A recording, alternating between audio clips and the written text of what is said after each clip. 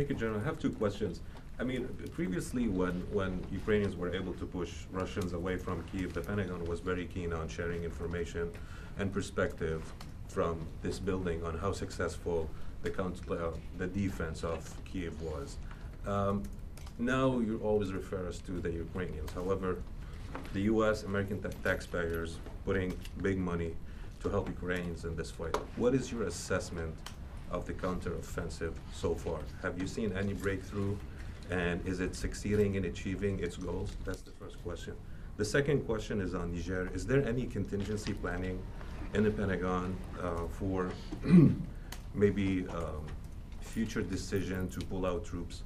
And is there any talks with partners on the continent in Africa to find other alternatives in the counter-terrorism operation? Yeah, thanks, Fadi.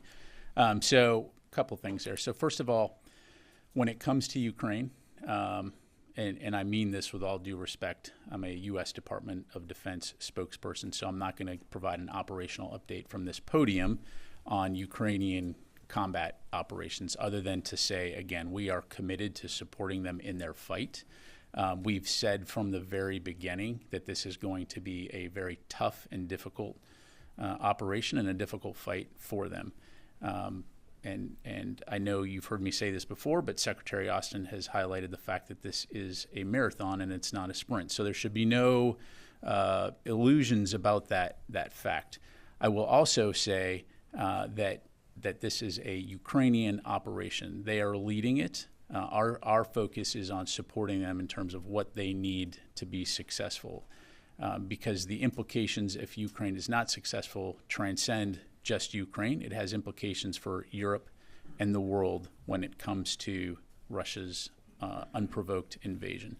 The last thing I'll say on this, and I think it's very important to understand, and I know that you know this, having watched and observed and reported on combat operations around the world, is that combat by its very nature is very dynamic, it's very fluid, and it's unpredictable. And any student of history would know that the battle's not over until it's over.